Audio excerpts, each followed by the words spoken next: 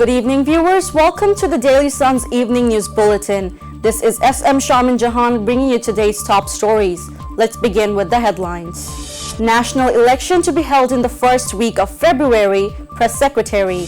A conspiracy to destroy democracy is underway again, Mirza Fakhrul.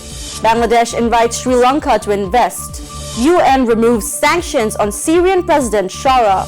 Allegations of sexual harassment in the national team. BCB forms investigation committee.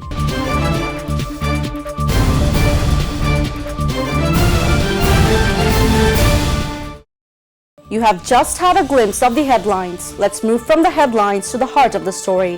The 13th National Parliament election will be held in the first week of February, Chief Advisor's Press Secretary Shafiqul Alam said today at the Circuit House in Netrokona. He further stated, some beneficiaries from the previous fallen government are spreading confusion about the election.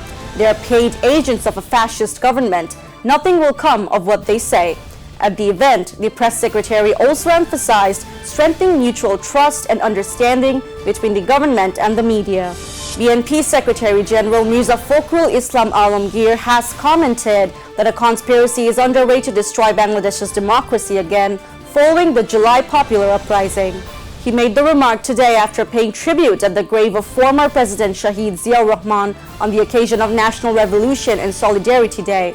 He added, Revolution and Solidarity Day motivates us to continue on the path that will allow us to truly establish a democratic state in Bangladesh. It will help ensure that the people's right to vote is fully upheld and that justice is guaranteed for all. Bangladesh has invited Sri Lanka to make further investments in the country. This invitation was extended during a meeting between the two nations in Colombo on Thursday. At the meeting, Bangladesh urged Sri Lanka to invest more in EPZs, SEZs, and API industrial parks, specifically in sectors such as pharmaceuticals, tourism, automobiles, engineering, ICT, renewable energy, agriculture and agro-processing, and leather. Additionally, Bangladesh requested Sri Lanka to simplify the pharmaceutical product registration process. The two countries also agreed to convene a joint working group meeting on trade and shipping to facilitate trade benefits. The United Nations Security Council has lifted the sanctions on Syrian President Ahmed al-Sharar. Following this decision, there are no longer any obstacles for Sharar to visit the White House. The British news outlet BBC reported this information today. According to the report, the UN made this decision based on a draft proposal submitted by the United States. 14 votes were cast in favor of lifting the sanctions, while China abstained from voting.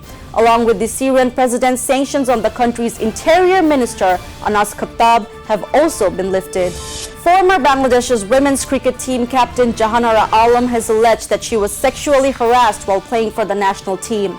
She made the allegation in an interview given to a YouTube channel on Thursday. Jahanara claimed that former women's team selector Monjurul Islam Monju and former in charge of the women's wing, the late Tauhid Mahmud, had sexually harassed her. On Thursday night, the Bangladesh Cricket Board, BCB, issued a press release stating that a committee will be formed to investigate the allegations. The committee is expected to submit its report within 15 working days.